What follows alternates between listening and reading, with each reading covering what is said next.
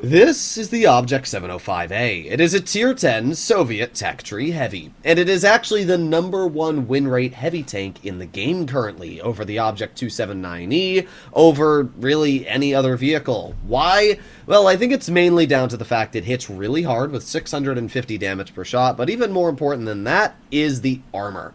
So if we make our way over to Armor Inspector, this here is what the 279E looks like. And don't get me wrong, it's strong. It's got 5 degrees of gun depression, which isn't great, but when you're using it fully hull down, I mean, you just can't pen it in most spots. But the thing is on flat ground, it's pretty easy to pen. It does have hatches, which are very weak, and if you over-angle it, it's very easy to cut through as well. Compare that armor to the Object 705. Now yes, this vehicle does have a lower plate, but you'll notice that's a very strong lower plate. Against AP ammo, that's a 50-50 whether you're going to pen or not. And the thing is that when you're in a side scrape, look at the armor. That is insane. You literally just can't pen the sides of this vehicle when it's being properly positioned. Even with heat or AP, it's just a ridiculously strong armor profile. And you'll notice that the tank has no hatches. Like the 279E at least has some sort of hatch. This tank has none. The upper plate's upwards of 400, no hatch, even when you're looking above. It's kind of crazy, and that is my major belief to why this is the #1 win rate tier 10. As I said, you pair that with the fact this thing hits really hard, and it is just a super dangerous vehicle. So in today's video, we're going to be messing around with the 705A. We're going to see what its capabilities are and how it actually plays. For my loadout, I'm running Bounty Hardening. We've got a basic gun rammer class 1 and improved mobility T3, so we should be able to get decent top speed. This vehicle's faster than you would think. I mean, with our loadout, we can go 43 kilometers per hour top speed and 18 in reverse, which is actually decently maneuverable for what it is. We have 2,700 DPM, which is more than enough I think we'll need in most situations. And we have 2,900 hit points, which is obviously quite a bit. So we got a lot of HP, we got decent mobility, a gun that hits hard, and a lot of armor. The only real downside of this tank is artillery. It's obviously a big shoe-like structure, which means when you're aiming in on the roof, let me see how weak the roof is. Yeah, it's only about 40 mils thick, so you're going to be able to cut through the roof of this tank quite easily.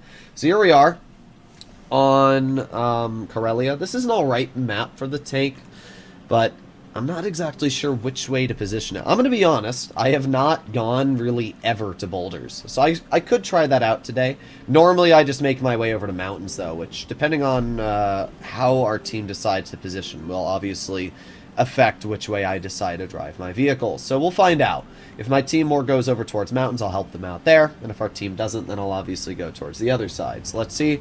Got a 452. Yeah, the 60 and 452 are going over here, so I think that's what I'm going to do as well. We're going to load heat the moment we get our AP loaded. It'll be faster to swap with intuition. Alright, and chunk, get those heat shells. I don't know why this loadout has 10 HE. This is a press account, so the account that whoever used this account before just had 10 HE loaded on the vehicle. I do need to swap that out. I just keep forgetting. But it's not going to be too much of an issue. We have like 6,500 damage worth of heat here and another 6,500 worth of AP. Okay. But yeah, you can definitely see mobility-wise, this tank is not bad. Like, we're going about the same speed here as the 452. And while we may not have as good acceleration, we do appear to actually have a better overall top speed. So we got the 263 in the back here. We got our 60, and I'm obviously going to get into a side scrape, so we'll see if we can work this properly. Let's aim it on the 263. Should be able to cut through his superstructure if that hits, but that's like a 50-50. Alright, well, we're just going to stay in a side scrape. Got a little bit longer on our reload here. Let's see, our teammate gets a bonk out. Got the 452. Oh, we got an HE from the Leopard. What will I do? I'm kind of hoping the 452 shows me his lower plate. Oh, that shell did not go where I wanted it to. I mean, hey, maybe we pen the 263. It's possible. You never know. Our 452's bled a bit, which is a little unfortunate for him. Alright, let's just aim in again. And aiming. I don't know if that 263 is there or not. Our 60 is also making us back up a lot further than I would like. But we're doing alright. We're just holding for now anyway. I do know that there's a tank in that bush, but I'm not going to worry about it too much as of yet. I'm just going to kind of wait. Hopefully somebody will poke around this corner. Well, if our 60 is going to blind fire that bush, maybe I'll take a blind fire as well. Never mind. One thing to say about this gun is it's very inaccurate. It features some pretty poor dispersion values, which means that you're not going to hit every shell you fire, which is pretty common, but it is definitely something you're going to have to keep in mind. Alright, I'm going to load gold again, and I'm just kind of hoping that somebody pokes here. If they don't, could move up. We'll see. I'm going to back up here, and I'm going to see... Well, actually, if our 452 is going to do this now, I'll push up. Let's see. Go, go, go. And actually, we might be able to get the 263's lower plate from here because we're not spotted. Aiming, and there you go. Nice. 582 shell into his vehicle. Okay, that's pretty good. That is the one nice thing about our vehicle versus tank destroyers, is obviously tank destroyers do not have nearly as much view range as a vehicle, like a heavy. Alright, so let's see. Anybody here that we can bonk? Not that I'm aware of yet. We do have the 452 off to the side. Let's aim it on his vehicle. Not able to bonk him from there, though. Alright, we do have his hatch, which was ever so slightly poking. I got a couple options here. Our Yag is going wide, though, so what I'm really hoping is that... Oh, there's the Artie. What I'm hoping is that we can move up. I'm going to wait for our Yag to push up, and then once he does, I will try and squeeze up here a little bit. That's my thought process. I cannot see the 452 at this current position. So yeah, I'm going to move up, and actually, we might just be able to cross this here. Come on.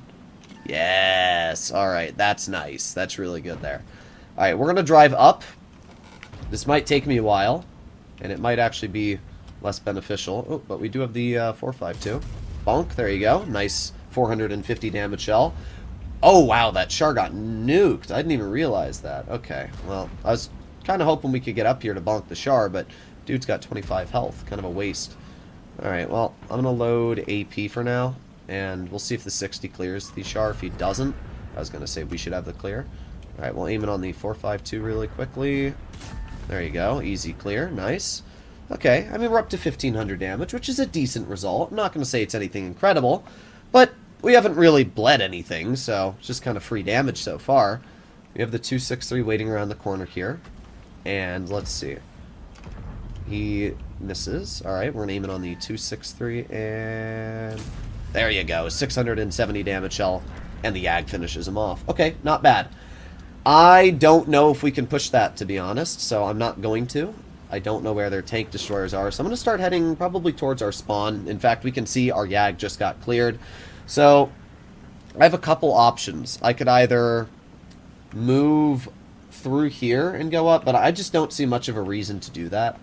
I think the best option as of right now is to try and push through mid, especially with that Foch be spotted in mid, hoping that we can maybe get a bonk out, but we are obviously not very fast, so let's just load heat again with that Foch there, hoping that we can bonk him, but chances are probably not. Let's see. Oh, there you go. We had the corner of his vehicle. Come on. There's no way we hit that. I'm not even going to bother.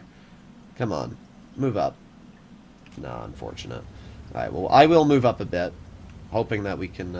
Do they have a light? They do. Okay, that's a bit of a scary thought. They do have a light tank. Okay. Yep, that's about what I expected. G-Sor actually shot, though. Dude got detected for that, so we're going to aim it on the G-Sor. That's very sad. The good news is at least the G-Sor got detected. The bad news is that we are in a bit of an awkward position right now. I'm going to chill in this bush, hoping that we don't get spotted from that G-Sor. Our 60's making his way back, so... Alright, G-Sor spotted again. Let's aim it on his vehicle, and... There you go! That's what we needed. It was a bit of a low roll, but we still bonked him quite hard, which was very, very important. Player is now a one-shot. If we can get that G-Sor cleared, our chances of winning are obviously going to be drastically increased. I'm going to go for it. Nah. Oh boy, we got the Foch on us now. I do not like this. Alright, we're going to have to get into a side scrape here. If we can get that G-Sor, we can win. That's really all we need right now is that G-Sor. If our Artie can kill him, that would be huge. Okay, we have the Foch pushing up, and not able to hit him yet. Come on. Come on. I do not think that hit. Okay, we do have the Stritzvon in the open here, and I'm kind of hoping that we can bonk the Sturv. There you go, 618 damage shell into his vehicle. We didn't actually get spotted, which is quite nice. So let's reload again. Maybe we can bonk him again here. And let's see. I'm just going to wait. We also have the Foch up top. Can't hit the Foch from his current position. He's in a pretty good spot. Unfortunate. I mean, this was really just sad that our light tank died. Alright, let's see if we can get that Foch. There you go! Important clear on the Foch. That's obviously going to help out our 60. Problem is he's getting nuked by Artie right now, which doesn't really help too much. Dude is getting peppered like crazy. Hello, Mr. 704. Let's see what we can do to you. Bonk. Oh, that was an interesting kill to say none the least. 5,600 damage. Alright. Well, oh well. Artie hits us. Alright, let's see if we can get a shell into the Leopard really quickly. There you go, 650 damage. I mean, we did alright. I don't know. I could have pushed in towards our base, but the major thing that needed to get cleared was that light tank. I got one bonk into him. We needed one of our Artie or somebody to clear that light.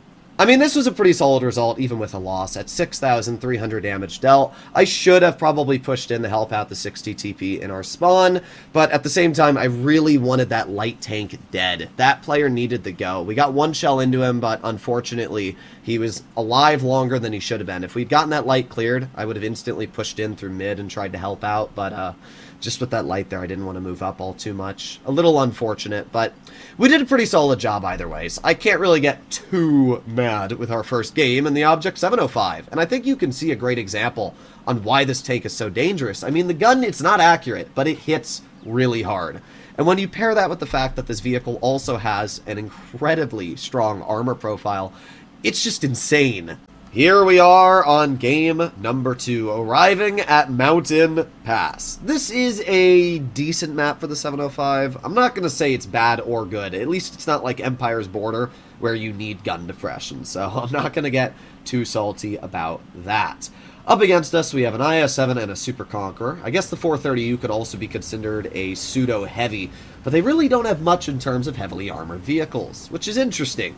But we'll see. We'll see what we can do here. This is a really interesting camo for the 705. To be honest, I didn't even know it had this camo until I kitted out the vehicle and I saw it on the tank. I was like, you know what? Looks cool. Why not put it on? So we're obviously going to head over towards the medium-ish heavy flank. I mean, honestly, both sides of this map are kind of heavy flanks. So I guess we're more going towards the medium flank. But I just like this position better. It's got a lot more areas to work your armor. There's a lot better positioning in general. Plus, usually you have your medium support, which means you have more DPM and overall cover. So as you can see, we got a 30B and STB1 and a 907 over here to support me, which is very nice. I'm going to push up as well. We can see here the decent mobility, pushing upwards of 40-ish kilometers per hour right now. I think the mobility is really what causes this tank to be so strong, because you know, I played the 279E yesterday, made a video on it, and it's great and all, but it's just not very fast. It reverses pretty slow, and it's got very mediocre mobility in general. Where this tank actually has an okay power to weight, and once you get it up to speed, it's pretty dang fast. And because of that, you do get into position pretty quickly. And when you pair that with a gun that rolls people for 650 damage, it's just pretty dangerous. Now that was a little bit scary. My brain was like, huh, I could shoot that guy, but then I was like, wait a sec, that's not worth it. So instead, we're just going to move up here. Nothing on our side, which is interesting. So I'm just going to keep going. Anybody else here? Hello? Anybody here? No? Alright, well let's just bonk the IS-7. And easy shell right into his lower plate for 630 damage. We reload. That's already a pretty good start. Oh wow, IS-7 just got obliterated. Okay, well long live that heavy. Good example on why I like going towards the medium flank. Alright, we got the Super Conqueror in front of us, and aiming, bonk. Nice, goes right into his rear end. Wow, what a high roll, 793. That's almost a max roll, so can't complain. I'm also surprised that penned because we did load heat. We got penned by the Rheinmetall Panzerwagen, but doesn't matter too much because we're aiming on the grill. Nice 604 shell. What is the heat shell velocity on this vehicle? Not actually that bad. I'm surprised how long it took our shell to get towards the grill. Okay, Well, I'm not going to complain. We can see the artillery trying to bonk our teammates. And I know there's somebody in this bush in front of us here. Yeah, there it is, the 4005. I was a little worried about that, but we get a shell in. I'm lucky that even hit, to be honest. T-100 LT leaves. The Rheinmetall Panzerwagen's leaving. Alright, I have AP shells on the queue, but I'm not going to shoot an AP shell, obviously, when I have the rear of the light tank. Oh, are we able to hit the light? Come on, aiming, aiming, aiming. No, don't block me. He's poking. Okay, we're good. And bonk. All right, nice, nice. I was like, wait a sec, that light's poking. All right, we're over 3K at this point, so I can't get too mad. Usually the goal is 3,000 damage, or at least that's what the goal on my main account was. On this account here, with everything fully equipped right off the bat, I've been averaging 5K. And it shows you the difference between what it's like grinding as a player who has to get the field mods unlocked with limitations to credits and equipment versus having every tank fully equipped right out of the beginning. It is kind of like a cheat code. So we got the T-110E4 in front of us, and we also know the Super Conch was last spotted right around this corner. So we'll see if the Super Conch's right around here. Nope. Well, that makes sense. It's a little annoying that he's only got 70 health left because I obviously want to get a decent chunk of damage out here, but there's not much really left to farm. Well, you know what? Haha! 670 damage into the lower plate of the E4. Nice. Alright, I'm glad we actually had AP for that, because I don't want to waste as many credits as we need to. Alright, well, we got the Balschaltion 155, and we're not able to hit that, so let's just make our way up the hill. The STB and 907 are in front of us, and are we going to be able to get the E4? Well, I could have snapped it there. The problem is, I just don't trust the pen right now to cut through that E4. So let's get up the hill a bit more, and let's aim it on his hatch. There you go. Okay. And it was an AP shell as well, so not bad. 581 damage, and we win the game with 4,534 in total. So a pretty solid result. As expected, we did end up finishing top on the team for this result, which isn't too bad at all. And how did we do for credits? Oh, we lost 3,000, but I guess we actually made a profit if you add on our stock reserve. Either way, this was a pretty solid game, and I can't complain all too much. The 705A is just a great vehicle. It hits hard, it's got mobility, armor, and while it doesn't have gun depression, that's not absolutely mandatory for every map you play on. I think this tank's great. I also think it just looks really, really cool. So let me know in the comments down below what you guys think about the 705. Do you agree with my take on this video, or do you disagree? Do you think this thing's absolutely dookie? I know there's a lot of people out there that don't like the gun with its .38 dispersion, but I don't think it's actually the worst thing ever, especially because a lot of tanks in World of Tanks Blitz have like .39 dispersion, like the 60 TP, so I'm kind of used to bad dispersion at this point, so I actually kind of like this a lot. Let me know in the comments. I'll see you in the next one. Bye-bye.